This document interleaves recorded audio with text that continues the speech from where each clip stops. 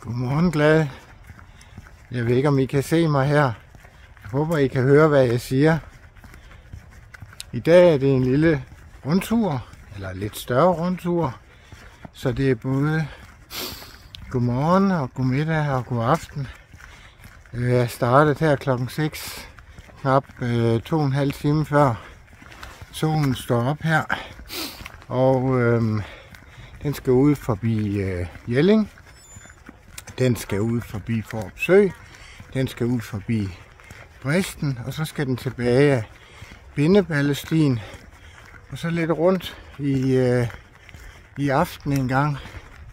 Lidt rundt på stierne i Vejle. Så jeg er glad for, at I følger med her. Tak for det.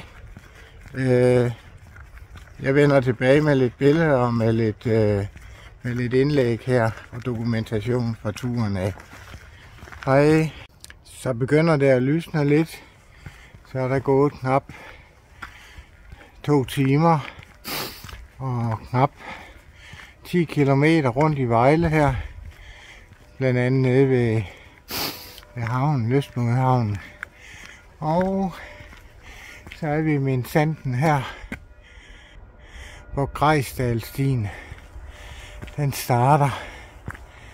Og det er normalt, der står 15,3, men som jeg plejer at tage den, så er det omkring 5 km ekstra, så cirka 20 km.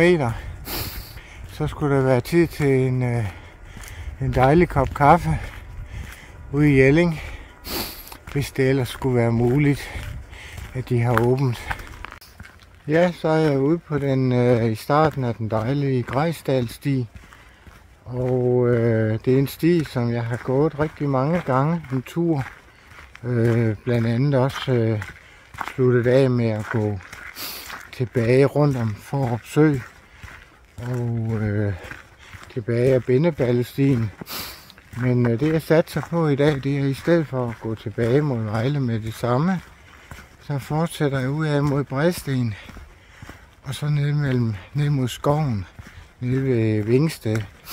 Det er en fantastisk flot tur. Jeg har som sagt gået den mange gange. Jeg har været lidt ked af, at det er meget lang tid siden, jeg har gået den. Så det er et frisk boost, det her. Det er simpelthen dejligt at kunne gå lidt igen. Komme ud på de voksne ruter her med en god distance på. Komme ud og opleve noget, komme ud og se noget. Og det er, altså mit bud det er, at det er i hvert fald et år siden, jeg har været herude af, hvis ikke mere. Men det kan jeg jo lige skrive i teksten.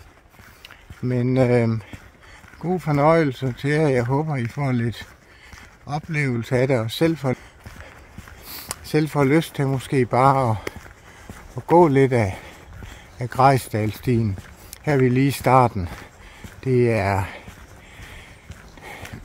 sådan et kolonihavekvarter. Og i øvrigt så går der heroppe af mod grundet. Der opad her, der er faktisk nogle ret gode højdepunkter her på over 100 meter. Der er nogle rigtig gode ture og bakker, man kan gå her. Men det er ikke i dag. Det bliver en anden dag. Så hej herfra.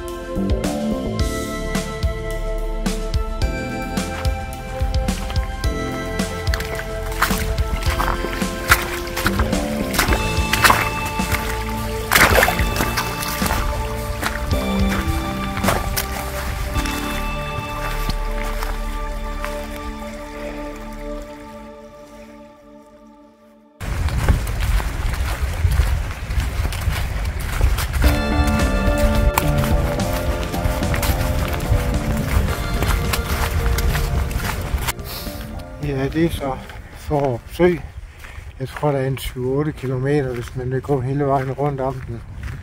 Men det skal vi ikke. Vi følger den op her langs med siden. Og så er det ud af mod Præsten og nedad mod Vingsted. Ja, hej. Sådan ser det ud på Bindeballestien. Det er de sidste billeder, I får fra i dag.